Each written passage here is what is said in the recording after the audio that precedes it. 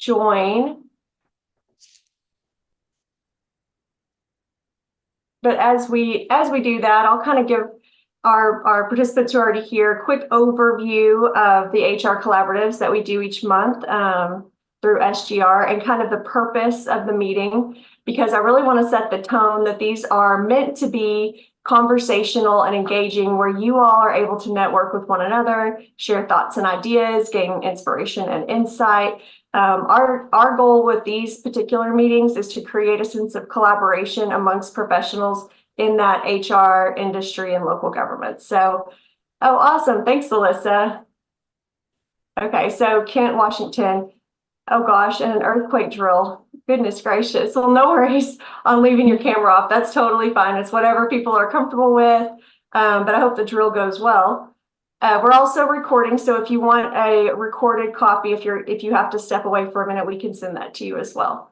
So what we'll do is we have some guests here, obviously, and I'm really excited. I'll introduce them in just a moment.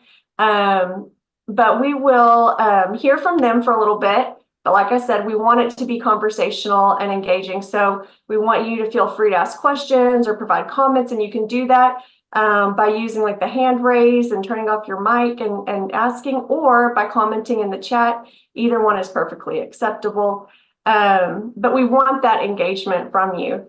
And I also wanted to quickly introduce one of my very special colleagues, Kim, who is joining us here. She's our client services manager and works directly with a lot of our clients on providing resources and helping them meet their needs. So wanted to make sure. Kim, do you want to add anything or say anything?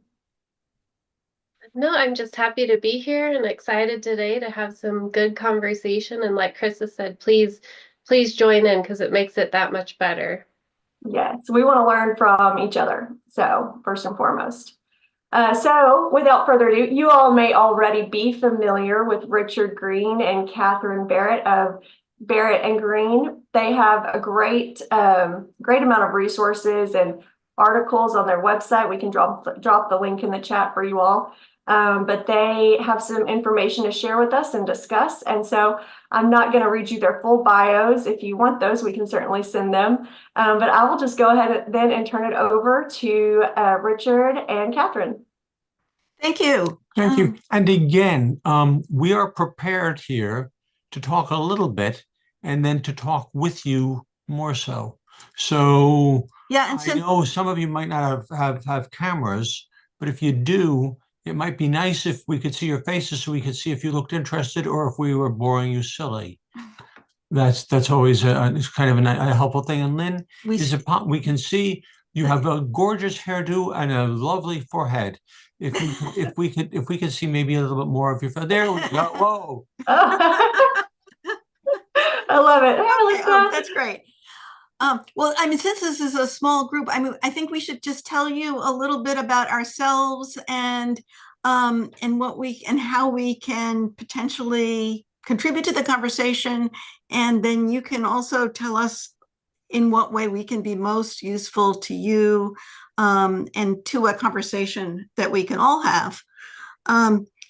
We have just kind of by chance, we were trained as journalists and did a lot of general news magazine feature coverage for a very long time until by chance we started to look at state and local government, and then just became really devoted to that topic, cities and counties and states and how they were managing, what drove better or less good performance.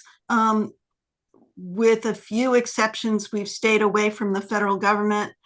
We've always stayed away as much as we can from politics and looked at how government runs.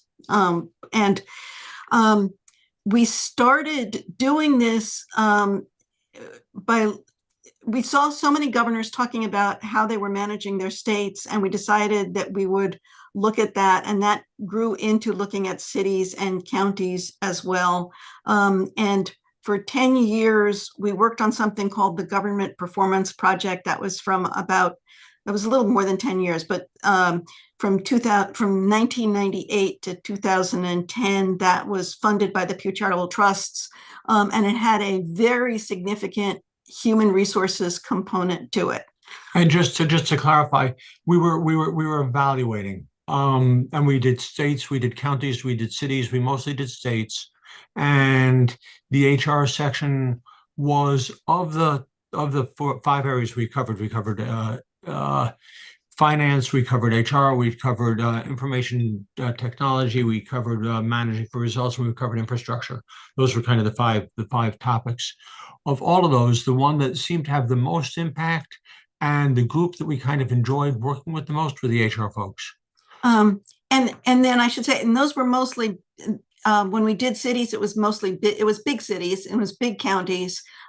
Since then, we've gotten much more involved in working with cities and counties of all sizes and getting our information from, basically many people we interview about different stories. And we're involved with a lot of different organizations. We're advisors for the Government Finance Officers Association, for the National Association of State Personnel Executives. We have a lot of contact with the PSHRA, which are you all, are you members or are you familiar with that? It's the Public Sector Human Resources Association. And so we are kind of regularly check on the forum there and what people are talking about.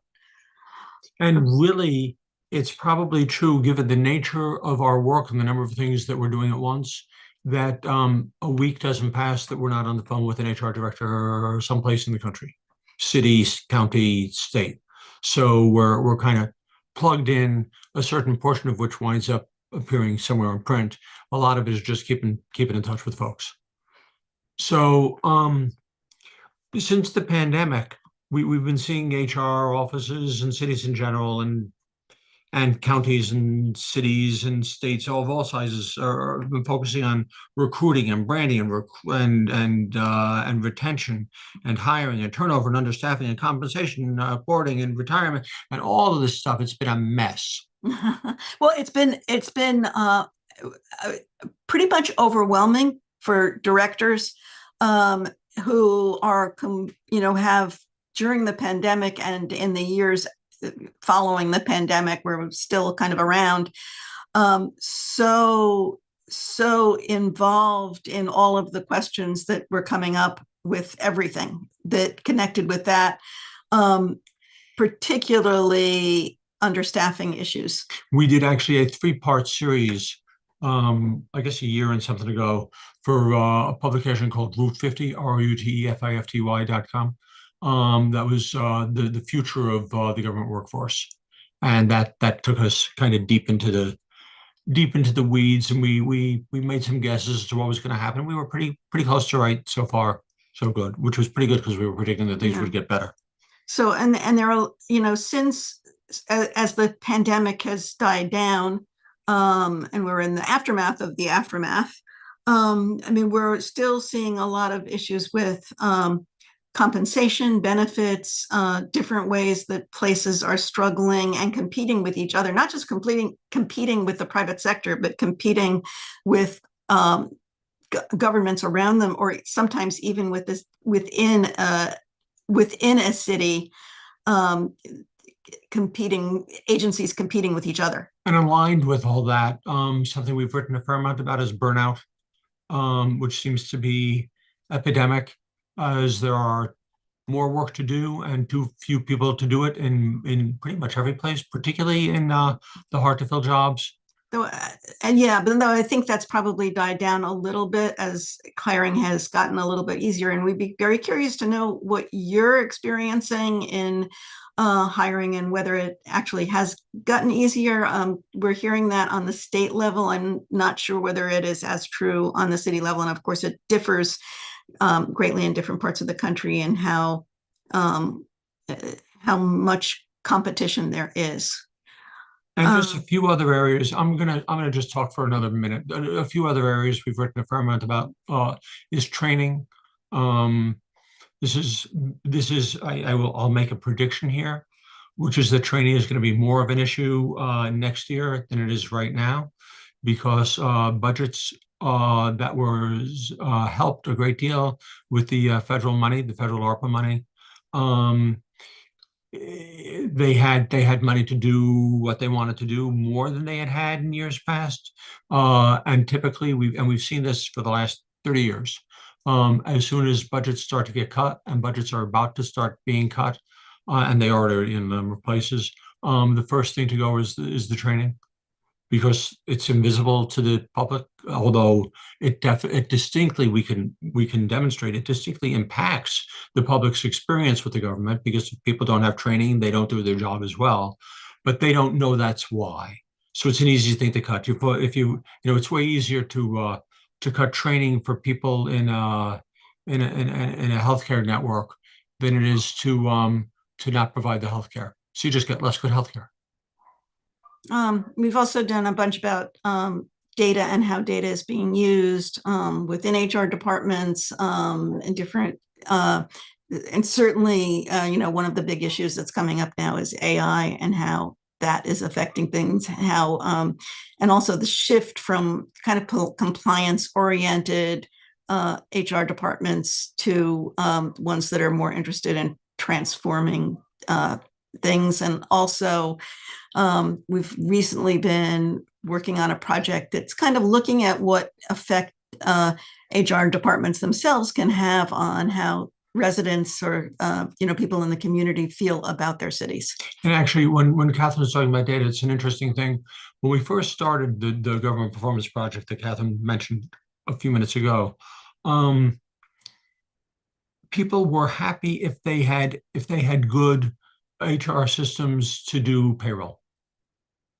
I mean, there was still, at that point, and that's not so long ago, there was still a lot of payroll that was being done on manually. Much less the kind of data that can be used to analyze a workforce, to see what's happening, to see how quickly people move. People back then, and this is again not so long ago, many could not tell us what their turnover rates were. They just didn't have that information, and now pretty much everybody can do that. Or hiring time, or hiring time. All sorts of things. Some places are still using a lot of paper. We find. We're doing this through an iPad, and it's hard for us to use the chat because it blocks out the screen.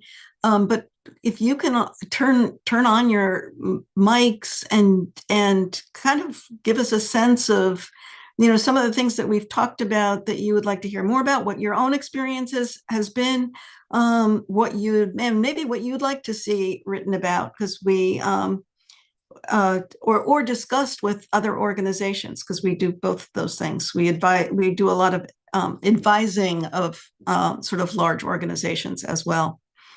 Public sector, not all public sector.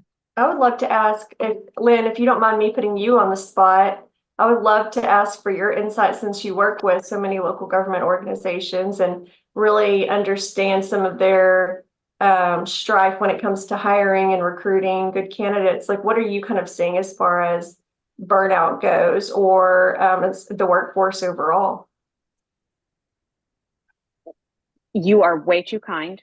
But thank you for asking. I mean, I follow Barrett and Greene, your articles. I subscribe to your blog. I know we do a lot in partnership with you all. So really, really respect what you have done in terms of research and what you put out there. Didn't know you were journalism. That was what I wanted to do as well. So I love that. What we're seeing, and so primarily I worked for my own city 27 years, the last 15 in HR for the city of Las Vegas, and then have been with SGR for the last 6 years. So I do primarily executive search. What I'd kind of like to ask you, and it's not specific to executive search, but are you seeing any shift? And to answer Chris's question, what we're discussing with clients is streamlining the process. And I'm sure it's not unique to executive search, but in a tight labor market, trying to evolve our process so it doesn't seem like a static 4-month, screening and vetting, less bureaucratic hoops. What are you seeing, if anything, in that regard with the hiring, the selection process overall? I think there's a tremendous desire to shorten the hiring time frame because it's killing governments. Let me just add, by killing governments, what happens is when you've got when it's a tight job market, and you all know this, right? When it's a tight job market and it takes you 6 months from the time somebody applies to a job to the time you tell them, hey, why don't you come take the job? They've already taken another job. So then you go back again, and if it's a particularly rigorous civil service system that has a lot of testing and a lot of stuff like that, then the time can be very long, but you lose the best of the brightest along the way. So that's kind of, I think, what Catherine was getting at. Yeah, I mean, we saw a survey, and we wrote about a survey about a year and a half ago that tapped the opinions of job seekers about the government experience that they had and how that compares to other places. And there was a ton of frustration about the time it takes, sometimes the lack of communication. And I know a lot of places are trying to do better in terms of communicating more effectively with candidates. But still, I think that's a problem. And I know that we've talked to places where they can show that their hiring time has gone down, but it is still generally, I would say on average, considerably higher than the private sector. Right. And the turnover rates are still pretty high in an awful lot of places. One interesting thing, we were just talking to somebody about this yesterday, is that when you ask people why they left their jobs when there are exit interviews, that people anticipate that the answer is going to be, I wasn't getting paid enough. But actually, as or more common than that is, I didn't like my supervisor. People tend not to quit jobs, they quit their bosses, which is an interesting thing to know, because it's much more, it's something that can be dealt with much more than you can deal with providing greater total compensation packages. Some of the things that places are doing about this is job fairs, and job fairs in which you can do a conditional immediate offer, which seems like it makes a big difference. I think that there's also, I mean, in conjunction with that, more attention to probation times, so that instead of there being as much caution in the hiring, there's more caution in the beginning of when somebody comes on, so that, and I think this is something that places really need to learn how to do, because what we hear is that a lot of governments just do not take advantage of making sure that the people they're hiring are the right people, and there's a lot of loss of people in the first year. There's an interesting linkage there, right? Which is that if it takes you a long time to hire someone, now you've got them, now they've got the 6-month probationary period, and you don't so much want to, even if they're failing at their job, they're not doing a very good job, you kind of want to give them another chance, because you don't want to go through the whole hiring process all over again. But true. After those first 6 months, then you've got someone who might not be competent to do the job, and it's way harder to show them the door.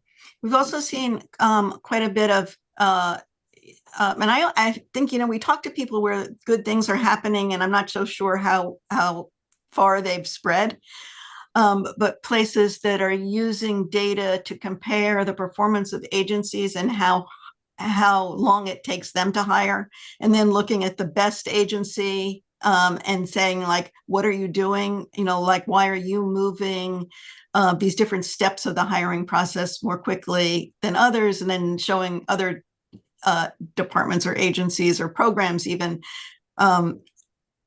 who's doing it well and how they can do it better. Like, what are the things that you can do to keep interviews from being delayed, or applications from ending up on somebody's desk and not getting, not making progress, So we've just talked a lot there in answer to that question. Does anybody else agree with us, disagree with us, think that we're wrong, think that it makes sense, or have their own personal experiences they want to share? Is that Elisa said, we saw just a snap of the chat. Yeah. But that your experiences in lean, I think, I mean, certainly there's some places that are working on this. I mean, we've done some articles about lean and talked to people about that. But Elisa, do you want to, if you can unmute yourself, do you want to talk about that a little bit? I think Alyssa's at the earthquake drill, but well, then your chat is yeah. So I think she's relying on the chat for now. But I'll read you the rest of the comment. You may not be able to see. Oh, are you there? Yeah, I'm here. Yay! Okay, awesome. So, in my perspective, based on what I've seen in my time with local and state government, the probationary period really is indicative of waste. And the whole concept of lean and continuous improvement is to remove waste. And the reason I say it's waste is because if you vet the candidate appropriately and you have clear understandings of what the job responsibilities and requirements are, and you have a good upstream process to vet that person, you shouldn't need a probationary period to determine whether they're a good fit. And so that's one area that I see a tremendous amount of organizational time and churn being expended within, is hiring someone just to quote unquote give them a try is not a good use of resources, because then you're having to eliminate that person, start the recruiting process all over again, and you're eliminating the value of that work having a continuous flow. So that's my take. I think that's a really great point. But what about places that are higher? Do you think it's then a bad idea for them to do sort of conditional but much quicker job fair hires? And I guess some of it depends on the job itself, but that would be kind of what I would think would contribute to, like, if you hire a little bit more quickly, then just being sure that you're using the probationary period more than a lot of places use it. As a stopgap instead of a default, really? Yes. Yeah, I think there's that. And I think additionally, there's the idea of, you mentioned it earlier, why do people leave? They leave because of a manager or a boss. And I think anytime expectations are unclear on the behalf of either the employee or the organization, you're more likely to have a situation where the employment is at odds. And so being super crystal clear, deliberately clear upfront about, this is the culture of this team, this is the way this team works together, these are the expectations these team members have of each other, that can screen out someone from saying, oh, I don't want to work with people like that. So they're not going to join the organization, be a poor fit, have to be the victim of that probationary cycle, and then be re-recruited, the position be open for recruitment yet again. So I think there's a lot of excuses made in the local government space specifically about how that level of deliberate clarity is impossible to attain. And I call hogwash on that. I think that's untrue. I just think the inputs and outputs of the hiring process are not fully understood enough to align with data, employee experience, culture, all those other pieces. Yeah. Does anybody else, I love it when somebody uses a word like hogwash. I had a better word, but I censored myself. Yeah, that's why I like the word hogwash. It's a very pleasant word. Does anybody else have any thoughts about what Lisa was just saying?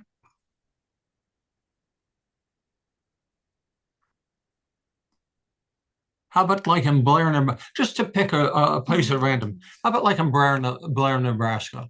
Do you find the same kind of things are true there? I have a camera, so I guess I could turn my camera on. Yeah, Ben Gould, I jumped on a little late, HR manager for a small city in Nebraska. This is something that's interesting. Of course, I jumped in later, so I didn't have the full scope of kind of the start, but I think Alyssa brings up some interesting points that just came from a conference this morning that talked about the introductory or the probationary period and how at least what this conference was saying, it's not only to communicate from the employer side, but also to communicate to the employee, hey, we have this time to work together. to make sure this is a good fit for each other. But what they used was only 90 days. We have a 6-month in our handbook. And so I really kind of, Alyssa, I think it's interesting, especially as, you know, I'm a department of one, so I have to be all over the place in my organization. But the onboarding process is something I think the local government area and the hiring kind of misses the mark sometimes. And I mean, it's across the board too. I think every organization is struggling to try to not only keep people, but hire good quality people.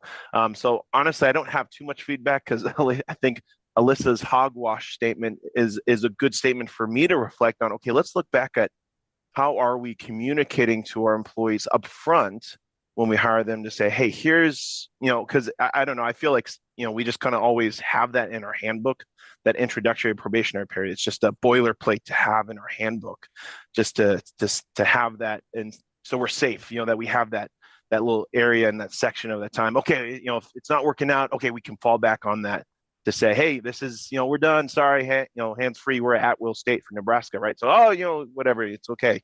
But being more intentional with the training, the education, the development, and being transparent, I think it falls back on that. So not too much probably on whether it's working here or not, but just good stuff. Yeah. I mean, one of the points is what the onboarding experience is really like, and how much it's just sort of rote, like the basics you've been doing for, you know, many years. We've seen a bunch of places which are really trying to expand what that is, to give a better sense of teamwork, and to give a better sense to the people who are hired what other jobs are in that organization that they're working, so that they really understand how what they're going to be doing relates to everybody else. Yeah. So more time devoted to onboarding as just a way of making the job pick successful. And the other thing I wanted to say is a lot of people that we've talked to have really rethought when they're hiring what they're looking for, and with an emphasis on like things like aptitude and adaptability and attitude, more than what very specific skills people have. Well, and really a big trend that we've seen. Actually, this is the very first executive order that came out of Governor Shapiro in Pennsylvania. Was that in Pennsylvania, no one was allowed to ask for any kind of college credential.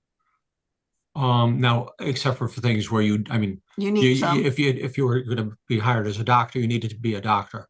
But for the vast majority of the jobs, there was no longer sort of, you know, a bachelor's degree required for an entry-level clerk, which had typically been the case, and we were losing a lot of good people. Have you folks seen that kind of thing? Less emphasis on the on skills, more emphasis on skills and less emphasis on credentials. Richard, I'll weigh in on that, and just kind of to add to your point there, which I think is very interesting. I think what we've seen more on the leadership development or training side is that there's less focus on those, you know, so as far as organizational development goes, there's less focus on those hard skills and a lot more focus on the soft skills like leadership training or communication training, you know, versus like, 10 years ago, we were doing a lot of like Excel training or, you know, certification-based training. And we're seeing that be more about the person and the soft skills, not so much those technical or hard skills. Yeah, and that's kind of attached to the point that I was making also, that it's you're not looking either for college degrees as much, at least that's what we're hearing, and you're not looking for specific skills, but more like the, you know, attitude, adaptability. And actually, this is I'm taking this just for a moment in another direction. One of the things that we've heard repeatedly from people in government about being able to recruit is that among the things that they can among the things that they can offer that you don't get so much in the private sector is the ability to move from agency to agency and try a different job and try a different job. If you're an IT worker in a Fortune or Forbes 500 company, you're an IT worker for the rest of your life. Whereas if you're an IT worker in government and you've just done a lot of work with the HR department, maybe you want to change over. So to the extent that that's the case, the kind of soft skills that we've been talking about are all the more important, because those are the things that are transferable wherever you are in the government. I would like to, if I could ask, Richard, or anyone else, we are currently in the process of hiring a new chief of police for our city.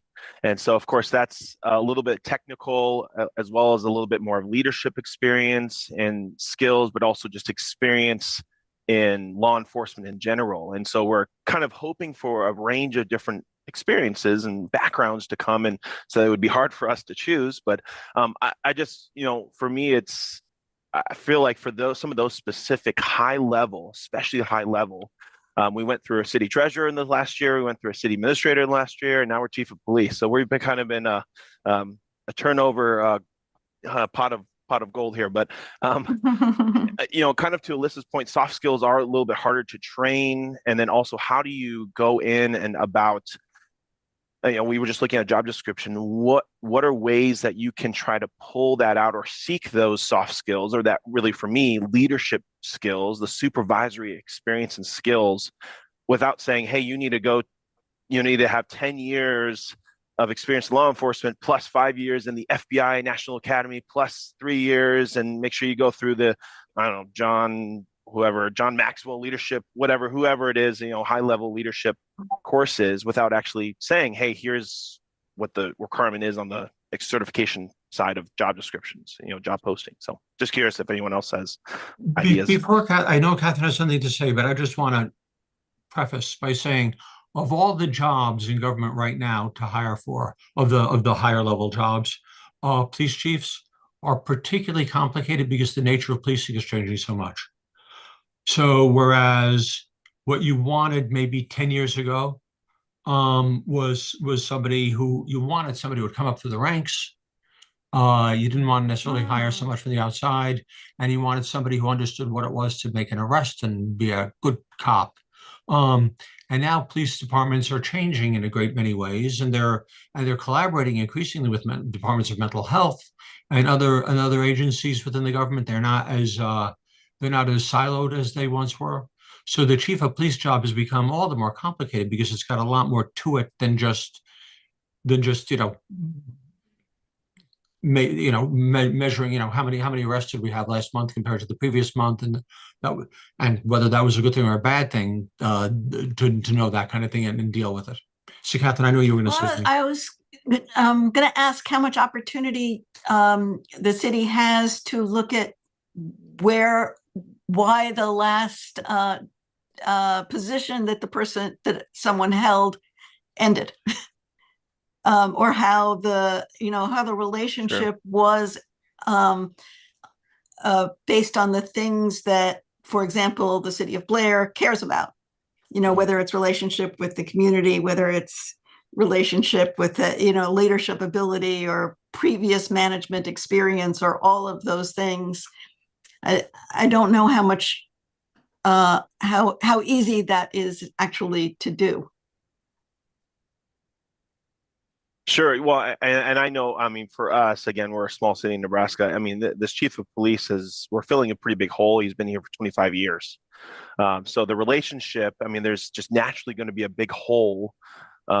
Whether whoever fills that there's a big hole naturally. Our city administrator left last year and he was there 35 years. So, the longevity of some of the older generation of coming through the ranks, it's not like that today. Obviously, we all know that, with, 3 to 5 years, we're expecting our people to be here, right? Just with the ever changing. But yeah, so the relationship is an interesting question, Catherine, because he's been here for 25 years and a lot of other people are saying, oh, he's kind of grown in his ways, we've made things better, but now it's like we want some fresh eyes. And so, yeah, it's just going to be an interesting niche to try to find, okay, what would be a good fit. So, and I guess I mean, one of the best places to find people, and I guess this might be harder for Blair than it would be for a significantly larger city or county where there's a lot more compensation available. I think a lot of places people find good people to other places, which doesn't do. If you're looking at HR, in the big picture, it's not a good thing. If we're just all shuffling chairs around. But nonetheless, that's where a lot of the larger entities tend to find. A lot of the larger entities would find a chief of police in Blair and say, "Gee, we see you guys. You do a good job. We like what we see, and now we're going to pay you, 50% more. Come to work for Omaha." Sure, right. Yeah. Mm-hmm. That reminds me of Kim and Lynn, you can't go back and tell JJ that I said this, but is this streaming? I'm probably going to get busted anyway. But internally, Mike, our president of leadership development, always makes a joke that executive recruitment, moves people around, but leadership development is the team that goes in and helps people do better. So he uses it. Yeah, Lynn's like, oh, I can't believe you said that. But they're both great, of course, both business lines. But it's just kind of a funny joke about moving people around versus like making that impact where people are growing in those positions to keep doing better. Yeah. I think how often would you have, I mean, do you have a possibility of bringing someone who is already on the, somebody promoted into the position is kind of an interesting question. Yeah, and and Alyssa, you look like you were going to say something, but just to answer the question, that's the thing that we're fighting against right now. We just talked about the job description and minimum qualifications, and we're on the verge of either saying, okay, should we lower our qualifications to include internal candidates, or do we keep our expectations where they were 25 years ago when we made this job description, right? And say, oh, well, no one's qualified. So that's really, I mean, that's why it's kind of been, for me at least, an HR manager who's been in government for 2.5 years. So I'm very much new to this public sector. But yeah, so it's a kind of a fun conversation, because I'm telling people, I'm like, no, let's keep our standard the way that we need, to fill the gap that we've had. We need to keep it here. And even if we don't have a great internal right now that has the experience, maybe do we still say yes, no, yes, no, yes? That's so interesting. So if your own opinion is maybe cut the qualifications a little bit and then try somebody from the inside, or well, that's what other people are saying. Like my city administrator and my assistant city administrator saying, well, maybe they have the right soft skills, but maybe not the technical skills. So do we lower our minimum qualifications to say, hey, we can really train them and send them to be good leaders of police, good stewards of policing as far as organization wide? Or is it, hey, okay, do we want to keep it at a minimum of 10 levels of a chief of police experience, and then try to go find that? I mean, that's gonna be a harder niche to try to find, especially in small. I mean, we have 8,000 people in our town, so we're small, right? That's such an interesting thing. And I'm interested in other people talking about this, because this is a new thought to me, is the balance between promoting from within, where you might have less qualifications than you can by hiring from the outside, as opposed to promoting as opposed to bringing in from the outside, where you can shoot for somebody who might have better credentials, better skills, better whatever from elsewhere. Does anybody else have any thoughts about that? Because this is just a new idea for me. I'd be curious to hear. I think Carissa hit the nail on the head with the leadership development comment. And I think this brings me to one of my favorite Venn diagrams, which is leadership development, or development at large, and succession planning, and how these types of positions are so specific to the public sector. They're niche. We can't just pull from Microsoft and be like, hey, come be a cop over here. It doesn't work like that, even though that's our neck of the woods. And so if those positions are so niche, they are at a level of criticality to your organization. So if that critical nature is something that is mutually agreed upon across the board, as from continuity of business perspective or some other kind of interruption in the service that we are expected to provide our communities, Why aren't we developing people along the way? That chief could have gotten hit by a bus at any day on the job, or hit by a car, or decided he won the lottery and he was out. That should always be a strategy that the organization is leaning into, but that has to come with an emphasis on development and upskilling and giving people exposure to the critical tasks that have those upper job requirements attached to them, so that they're developing them. Specifically in a town like Blair, I mean, Richard, you hit the nail on the head. You're not going to be able to pay what we can pay. So from that perspective, like the economic standpoint, you're going to get people who are going to weigh those factors, and you may always end up losing. So you may be in a different position where you're forced by necessity of the conditions that you're in to have an upskilling program that actually gives people that experience. Yeah, it's funny. As Rich was talking, I wrote down on the paper in front of me succession planning. I was like, please write about that. Yeah. Yeah, really, because it is probably the topic that comes up most as what HR folks know they should be doing, and they're not doing it enough. And I know places that have a lot of labor considerations find it really difficult to do succession planning. But in general, it feels like you really need to be thinking about who could be taking this kind of job, and then what everybody else is saying too, is working on getting them ready way before you're going to need them. Right, and the subset of succession planning is knowledge transfer, and making sure that it's not all in my head. You hear people say this, private sector, public sector. You ask them, can you tell us 10 things? The answer is, well, it's in my head. And that is how people think. They think, well, I know how to do it. And well, it's going to take an awful lot of time to explain to somebody else, or to write it down, or to make a booklet, or to make a pamphlet, or make a brochure, or make a bunch of booklets. Any number of ways that you get your knowledge into other people's heads takes time. And when you're a very busy person, that may be not within your bandwidth, but still, it's a really kind of a critical thing to make sure that other people know what you know, if they're going to wind up doing what you're doing. I mean, the other thing I would think about is for a very small city, the likelihood that someone who takes a position from outside as chief of police is going to not be there for a very long time, because they're regarding it as a stepping stone to something else. I don't know if that's a consideration, but it could be. Well, Lisa, you just shared a document. Could you tell us, since we can't actually see the document, it's so high five, the PP of this draft. Okay. But can you describe what the document is about? It's the Venn diagram that kind of shows the overlap between leadership development, employee development, and succession planning. And ideally, you'd be improving each employee, which would lead to improved leadership hires. And you'd be improving your leaders, which would lead to improved succession planning efforts and elimination of those critical vacancies. But the byproducts of that are increased morale, engagement, teamwork, problem solving, efficiencies, retention. There's tons of HR metrics that spin off from this system and this virtuous cycle of employee and manager leadership development. So, and is this an SJGR creation, or where does this come from? It's mine. We've been working on it a lot here at the city, and we have a really interesting culture where I think it's close to 50% of our employee population is within 10 years of retirement age. Yeah. So speaking to Ben's point about that longevity, it's a critical,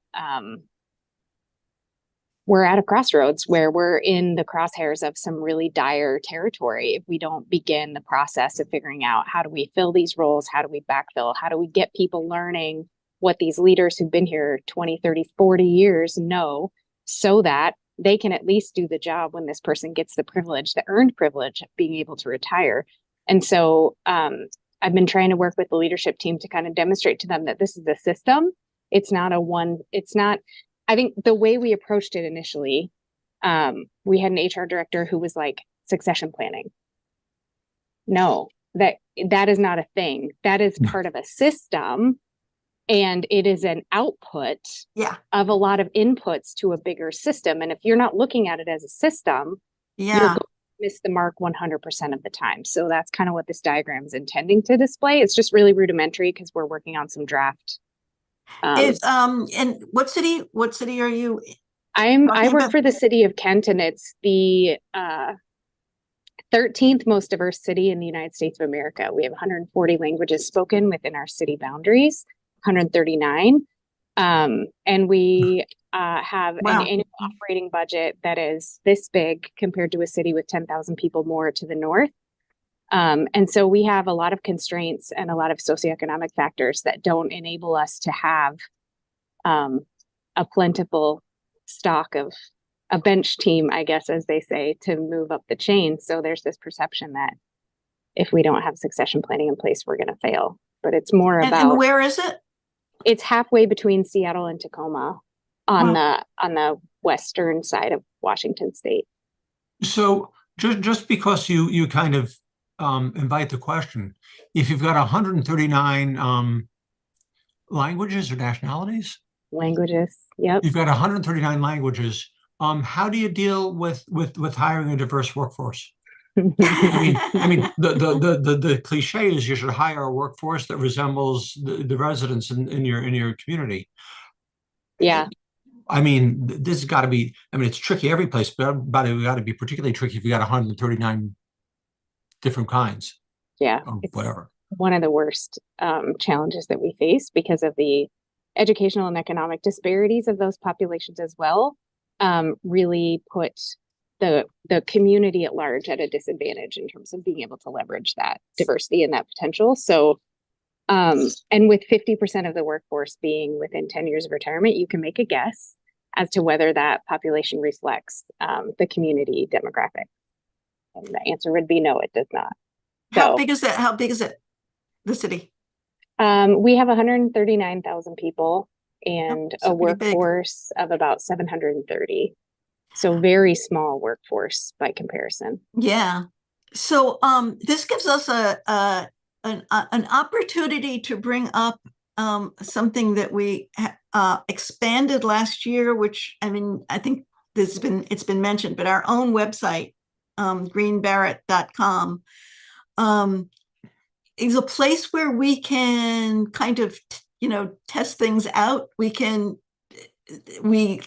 have guest columns, we have we have management items and management news things. If you ever wanted to share that Venn diagram or write something about just, not from the city itself, but from you about like how to think about succession planning. That, I mean, I think people would be so interested in that. Yeah, I agree with that completely. Alyssa, great information and perspective and insight. So thank you. I think we could all learn a lot more from you. The greenbarrett.com is GreeneBarrett.com. Perfect. I put it in the chat also. Oh, good. Thank you. Yeah, no problem. That's really excellent, Alyssa. Thank you. Especially on the succession. We had a meeting. Actually, it's probably on YouTube.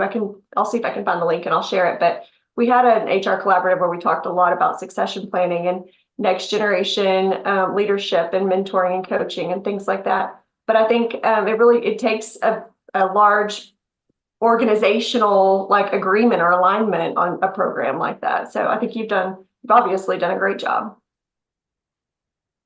So I'll also, just so that Ben has some camaraderie here, I'll let you know that I live in a city that's like population 8,900 or something. I think that's pretty close to Blair. So don't worry, you're not the only small town represented here, Ben.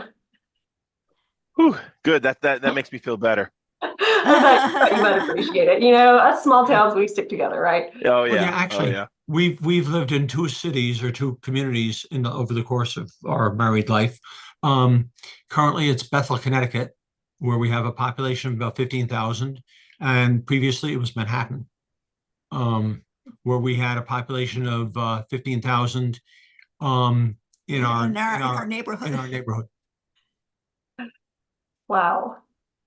I bet that is a lot different. We really like it here. We like Connecticut. we like Connecticut. We're very happy here. It's everything is a lot easier, but that's kind of neither here nor there. Does anybody else have any questions? Any other topics that we should raise? I mean, I could ask you guys some questions, but what should we be writing about? What are the issues that you see that you think don't get enough attention? I mean, you said, I mean, succession planning certainly. Onboarding certainly, maybe. What are the other things that you're seeing that that you'd like us to explore? And I'll kind of add on to that too, Catherine. I think the topics maybe that would be really relevant for you all to explore are also good topics for future HR collaborative meetings. And, hopefully, I think theoretically we could work together on some of that too. But I would love to know topics as well, just so that we want to make these meetings work for you all and provide good information to you all. And so if you have a guest speaker you would like to put me in touch with, I would welcome that. Or if you have a topic that you are interested in or struggling with, or see it as a challenge that we could work together to try to overcome, we would love to know those things because we want these to be relevant for you all.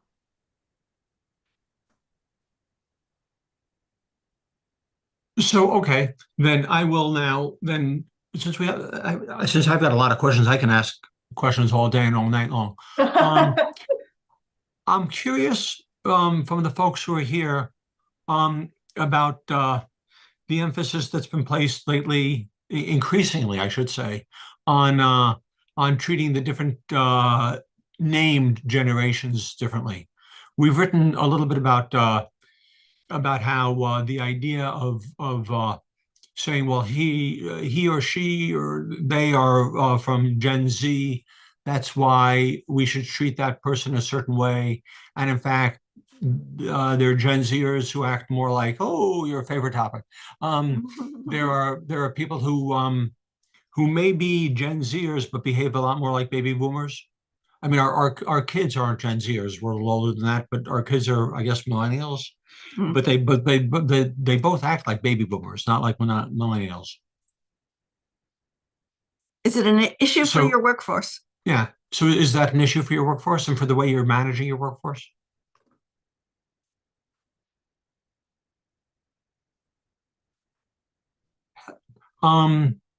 Just because, Jennifer, you I don't know that you've had any questions or whether you'd rather just sort of stay in your orange room there, but just curious, do you have any thoughts? Because I'd like to have everybody get a chance to say a little something here.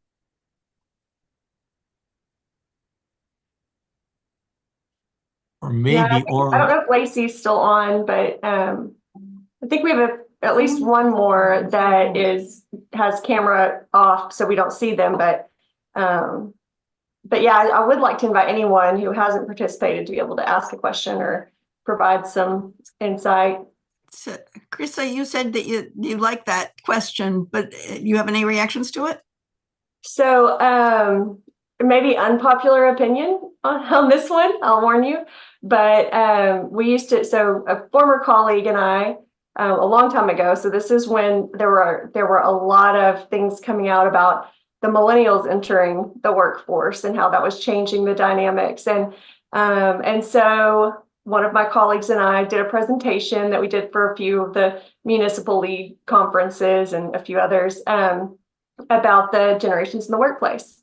And the way that we started off the presentation was with a series of quotes. We didn't tell anybody, who said it. We just said, which generation do you think this quote was written about? And it was like, the incoming generation is lazy and unmotivated and, blah, blah. And so they're like, oh, it's the millennials, definitely. And it was written by Socrates. And yes. So we went through and we had, every generation that we account for had a quote, a very similar quote about the same age group, but different generations. And so our whole presentation was about how we sometimes as humans forget what it's like to be 18 or 25 or whatever entering the workforce, and how differently you perceive things and how differently you learn. And but there's a lot of similarity from generation to generation based on age group, not necessarily the year you were born. This is really true, and we have actually we've written pretty much exactly that. I mean, we've been very interested in that there are some things that people have in common because of the events or culture or atmosphere at the time that they were raised, and that's probably true. But that also a lot of what we read takes as a generational difference, really just what you said, people's ages. Like, so when, you know, us baby boomers, when we were, you know, just entering the workforce. When we were baby boomers. Yeah, did not act at all like baby boomers do now when they are exiting the workforce. Exactly. Yes. So, and yeah. I promised myself I would never say kids these days, and unfortunately caught myself several times about my own kids, not about people in the workplace, to be clear. But caught myself saying like, oh, Yeah. kids these days. And I'm like, no, I said I would never say it, and I'm saying it. You know, but it happens. I think as you get older, of course, there's maturity there, and you have a lot more experience and lessons to reflect on. And so I think it's important to remember that, like, especially as we mentor the incoming generations into the workforce, and remember that there's just a lot of difference in how you respond and how you participate in things based on age. Yeah, actually, there's I only came across one study, and it wasn't a great study, but the idea was cool. Was that people should be paying more attention to birth order than to generation? Interesting. Very interesting. That's fascinating. I will say, and then I'll wrap us up since we're getting very close to 1 o'clock and I don't want to go overtime, but I will say the language, like the weird, okay, I shouldn't say weird, that's not nice, but the very interesting made up words that like the Gen Z group uses. I don't know if you all know what I'm talking about. I have kids in that cat, so that's how I know this. Like goat. Yeah, but yeah, like, or Riz, or I don't know, I might be saying a bad word, so I need to be careful repeating these. But like, it is very fascinating. And I made a comment about that, and they said, I can't remember what the word was, but they threw it back in my face, like, well, your generation's the one that made up such and such. And I was like, okay, yeah, you got me on that one, kid. So it's interesting. Yeah, I mean, because what the words that one's own generation makes up sounds normal. Right, exactly. I didn't think that was weird, you know. I thought that was just, you know, yeah, it's funny to do that, even looking back at fashion and seeing some of the choices all across the generations, you know, across time. But we've all had our maybe fashion moments that we can look back on now and say, what were we thinking, you know? But it felt right in the moment, you know, blended right in. But okay, so with that, I will wrap us up. I'm so thankful for the discussion. This was really informative, and I love hearing the unique perspectives and the insights shared. So want to especially thank you, Richard and Catherine, both for joining us. This was great, but also thank all the participants for being here today. And thank you, Kim, for getting everything set up and helping to put this together and pull this off. So we look forward to seeing you all again next month. Thank you. Thank you so much. This was fun. Absolutely. Thank you all. Bye. Bye-bye. Bye-bye.